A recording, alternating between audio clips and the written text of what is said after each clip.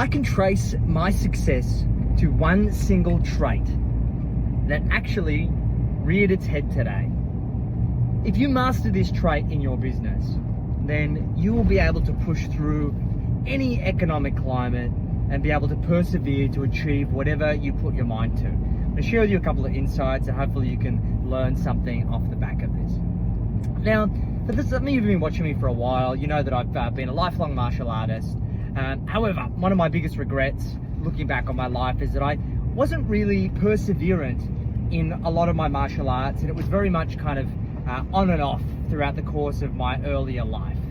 And over the course of the last decade, I've been specializing in Brazilian Jiu-Jitsu, and I've had a whole suite of injuries and issues. Being a little fella, I think I weigh 57 kilos now. It's a very high impact sport, and given that I'm little and small framed, my likelihood of being injured is probably substantially higher than most other people.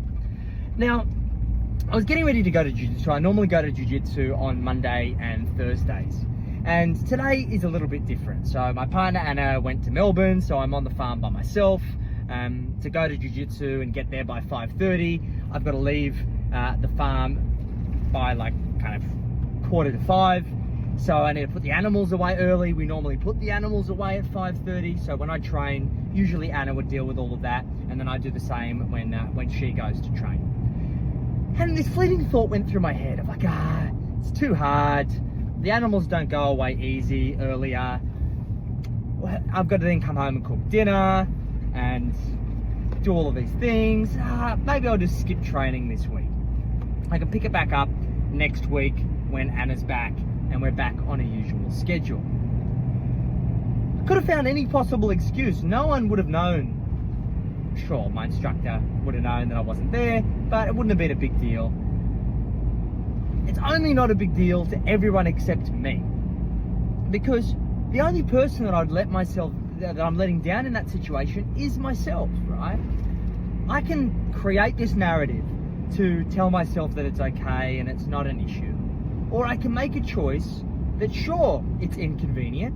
Sure, there's lots of reasons that could get in the way of me going and doing what I otherwise would have done.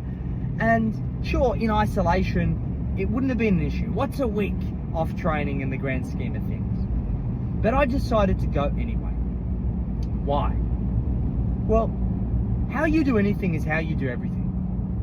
By succumbing to those excuses, to allow myself off the hook because of the insignificant nature of not going to training for a week under the circumstances, I'm allowing myself the ability to start creating a habit of not following through on the things that I commit to. I've already expressed that my track history in martial arts and my tentative kind of on-off nature was something that when I look back on, I'm not happy with.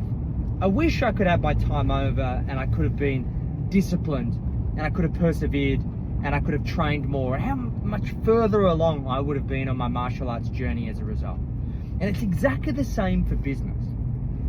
There are things each and every single day that I don't want to do.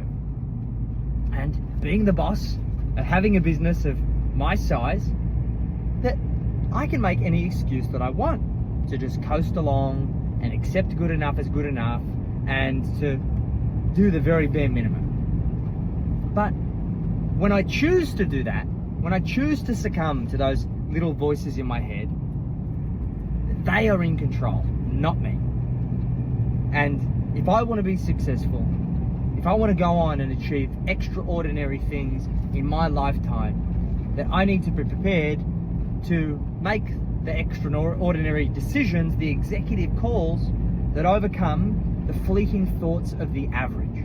Because that is the issue, guys. That little voice in our head, everyone has. And the vast majority of people are happy staying in that comfort zone, that warm blanket of the procrastination, and it's okay. Take the easy road, take the familiar road, keep doing what you've always done. It's safe, it's calm, no one gets hurt. But that's not where extraordinary things are achieved. We achieve extraordinary things by doing the things that other people are not prepared to do. And the vast majority of people aren't prepared to do that work, to scale that business, to build that team, to map out those operating procedures, to create the automations, to fuel the marketing flywheel, to make the punts and the bets that aren't certain. Same goes for martial arts. The vast majority of people who start martial arts fail. The interesting thing, particularly in Brazilian Jiu-Jitsu, because each belt on average takes 2 years or more. I've been training on and off for 10 years. I'm a purple belt, which is the 3rd belt. Takes a long time. The vast majority of people quit after they get their blue belt, because now it's real. And I don't want to be the vast majority of people. So I hope this gives you a little bit of a reminder. Practice that willpower, that fleeting thought, those excuses, the justifications, the narrative that you tell yourself as a cop-out. An easy way to get yourself off the hook for doing the things that you know you should do. Get in the habit of doing them anyway. See how far it takes you.